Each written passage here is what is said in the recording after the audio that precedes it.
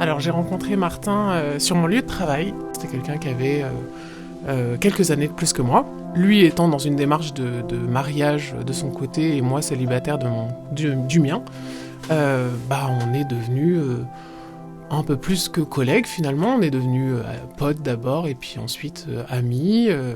Et du coup on s'est ouverts l'un à l'autre.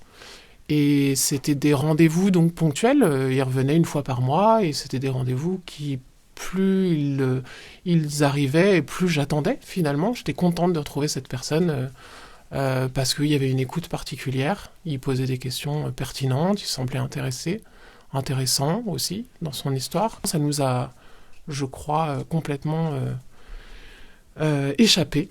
Un soir, on s'est un peu plus rapprochés. Il a tenté quelque chose, sur le coup j'étais pas du tout prête et je l'ai rembarré gentiment.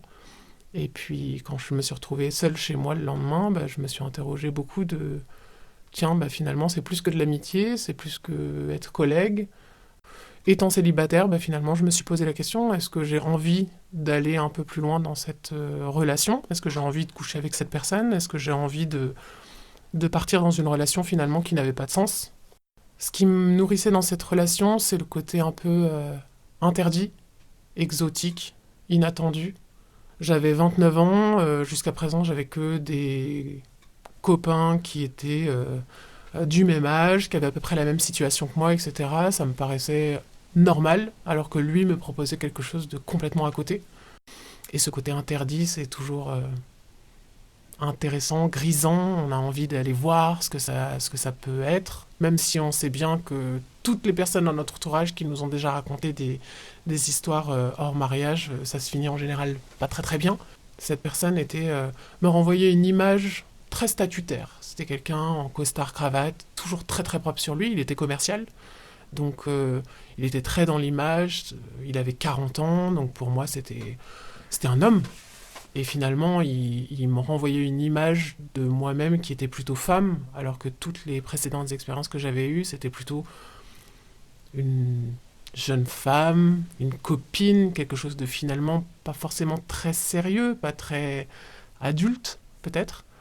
Lui me renvoyait vraiment cette image d'une femme désirable, désirée, et ça, c'était quelque chose de très grisant, de très intéressant. Le fait qu'il soit dans ce projet de mariage, ça a envoyé une image d'interdit, d'éphémère aussi. Et moi qui suis... Par la suite, j'ai compris que j'étais aussi dans une problématique d'engagement. Je savais qu'il y avait une deadline, je sais qu'il y avait une date à laquelle il allait se marier, et du coup je savais qu'il y avait une date à laquelle tout ce qu'on allait créer finalement allait disparaître. Peut-être une issue triste, mais finalement toute relation qui commence, on sait qu'en général ça se termine un jour, et là au moins il y avait une date précise. Chaque jour comptait, chaque moment était important, chaque minute consommée ensemble avait une puissance considérable, exponentielle par rapport à ce que j'avais vécu précédemment avec des jeunes garçons avec qui j'étais, et finalement on savait pas combien de temps ça allait durer, et on faisait pas forcément des choses extraordinaires et on ne vivait pas l'instant aussi violemment et aussi pleinement qu'on le faisait avec Martin. Là, le fait qu'il n'y ait pas d'attente, finalement, il n'y avait pas de déception. C'était juste chaque moment partagé était un cadeau. Secrètement, bien évidemment, j'espérais qu'il change ses plans. Je ne comprenais pas, à l'âge que j'avais, dans la situation dans laquelle j'étais à l'époque, je ne comprenais pas comment un homme, même d'une quarantaine d'années, puisse à un moment donné, être dans un projet de mariage et de commencer une relation en parallèle avec une jeune femme. Mais ça a été une extrême grande déception le jour où il m'a annoncé au détour d'une conversation où justement je l'amenais un petit peu à lui demander mais finalement qu'est-ce que tu vas faire ce jour-là?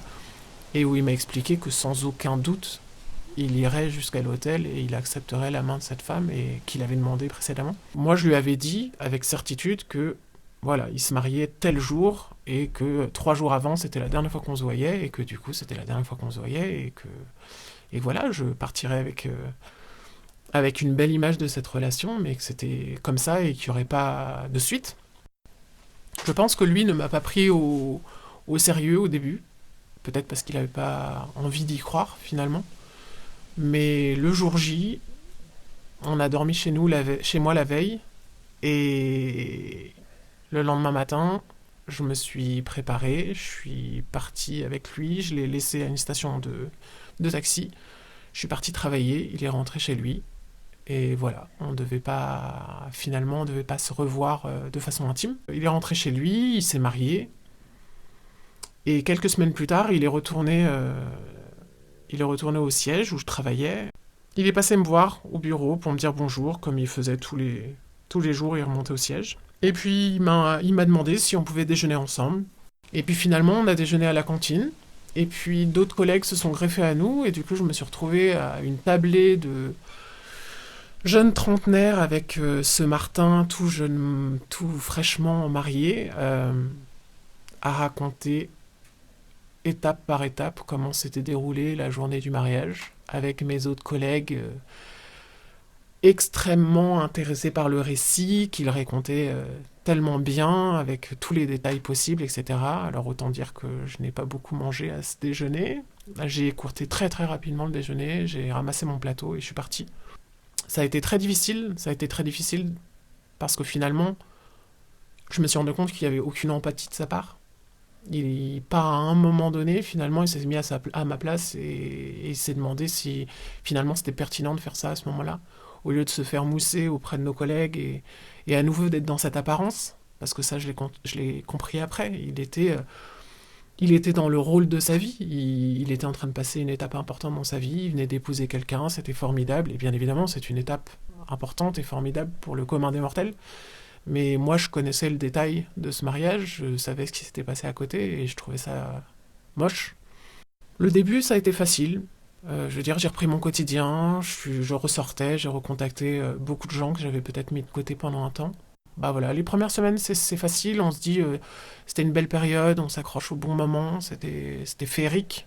Vraiment, j'ai fait des choses avec cette personne, il m'a sorti dans les plus beaux restos de Paris, j'avais l'impression d'être une princesse. Malheureusement, après 2 ans et demi de distance, de combat aussi personnel, de vraiment ne pas replonger, ne pas y retourner, parce que finalement ça devient une drogue, c'est facile. On sait qu'on claque des doigts et que cette personne est accessible. J'ai fini par recontacter cette personne, et j'ai recontacté cette personne certainement pour me faire comprendre à moi-même que j'avais gagné, que à nouveau je me confrontais à Martin, mais que je n'avais plus de sentiments, je n'avais plus d'envie, je n'avais plus de tentation. J'avais peut-être besoin de me rassurer aussi, de me rendre compte que finalement, est-ce que 2 ans et demi après son mariage, est-ce qu'il m'avait complètement oublié? Est-ce que j'avais plus ce pouvoir que j'avais sur lui-même? Du coup, je lui ai demandé s'il voulait monter chez moi, ce qu'il a fait. Et du coup, on a recouché ensemble et on a continué à se voir par la suite pendant un an, ponctuellement, beaucoup plus espacé, des moments beaucoup plus espacés que précédemment. Le fait de revoir Martin et de recoucher avec lui ponctuellement, je le voyais pas particulièrement comme une rechute. J'avais l'impression de gérer la situation. J'avais l'impression de comprendre pourquoi j'y retournais. J'avais l'impression de comprendre quand j'y retournais, pourquoi j'y retournais, et d'être maître de la situation. J'avais l'impression que c'était moins dangereux. J'ai même eu pendant ces périodes, pendant cette année où on a continué à se voir, j'ai même eu des périodes où je sortais avec des gens. Donc j'étais dans cette recherche d'un partenaire, dans la quête d'un partenaire, dans la chasse d'un partenaire, dans l'investissement, dans le temps, dans l'émotion. Et du coup, j'arrivais à construire quelque chose pendant 3 4 mois. Je sortais avec quelqu'un d'autre. Et puis ça se terminait, et puis je me retrouvais à nouveau seul, et du coup j'avais besoin de réconfort, et du coup je rappelais Martin.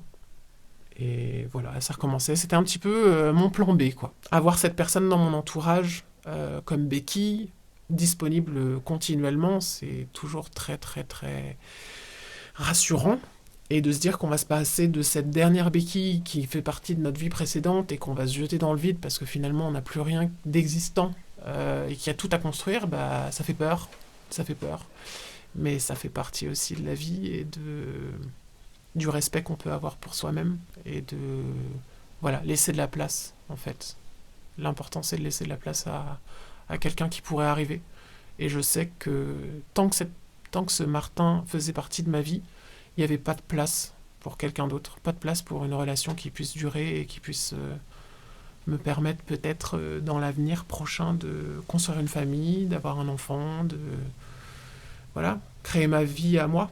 Ce Martin, il m'a permis de me rendre compte que je suis une femme, du haut de mes 34 ans aujourd'hui, que je suis quelqu'un qui peut être désirable et désiré, que même si cette relation était une parenthèse dans sa vie et dans la mienne, euh, je pense que rien n'a été faux en fait. Je pense qu'il a été toujours très honnête avec moi-même. Il m'a jamais raconté, comme on peut entendre souvent dans les relations extra-conjugales, je vais quitter ma femme, c'est une question de temps, tout ça, tout ça. On n'a jamais parlé de sa vie avec sa femme, on n'a jamais parlé de ses problèmes ou de ses bons côtés. Il m'a jamais promis quoi que ce soit. Il m'a toujours expliqué que voilà, on partageait quelque chose, que ces moments avaient été inestimables, et pour lui et pour moi. Aujourd'hui, 5 ans après, je me rends compte que c'était une très belle parenthèse, qu'on a vécu les choses par rapport au moment présent. Il n'y avait pas de projection, il n'y avait pas d'attente, il n'y avait pas de ah, un jour on partira en vacances ou un jour on aura un bébé. Non, c'était maintenant, ici, avec Martin. Et du coup, ça, c'était un très bel enseignement. Finalement, l'enseignement que Martin m'aura permis de toucher du doigt, c'est qu'on n'a qu'une seule vie. Et malgré nos histoires précédentes, malgré nos peurs, nos envies, nos besoins, bah finalement, peut-être qu'il faut simplement s'écouter et aller vers ce dont on a besoin. Et sans être dans le jugement, sans être dans la condamnation, sans être dans la peur. J'aurais été à sa place, j'aurais pas fait pareil, mais c'est pas grave. Il a fait de son mieux, j'ai fait de mon mieux, et aujourd'hui, je me dis que le jour où je m'engage, finalement, je m'engagerai pour quelqu'un dont je suis certaine, et j'aurais du mal finalement à jouer sur deux tableaux. 15 mois après notre séparation avec Martin, j'aurais du mal à dire que je suis pleinement libérée de cet homme. J'ai peur de recroiser cette personne parce que j'ai peur de la réaction que je pourrais en avoir. Tant que je ne la vois pas, tant que je ne le recroise pas, je sais que je suis pleinement capable de faire les choix dont j'ai besoin aujourd'hui. Je sais que cette personne a un pouvoir sur moi, je sais que j'ai une faiblesse par rapport à cette personne. Et du coup, je suis effrayée par ça. Donc non, je ne suis pas libérée de cette personne. Je me suis souvent laissé rêver, laissé tenter à rêver que cette personne finalement divorce. Parce que ce mariage ayant mal commencé, bah, j'imagine que ça va pas forcément durer très longtemps, on ne sait jamais. Et même en me projetant dans cette séparation, finalement, même si demain il frappe à ma porte, quel est l'intérêt d'essayer de construire quelque chose avec ce Martin?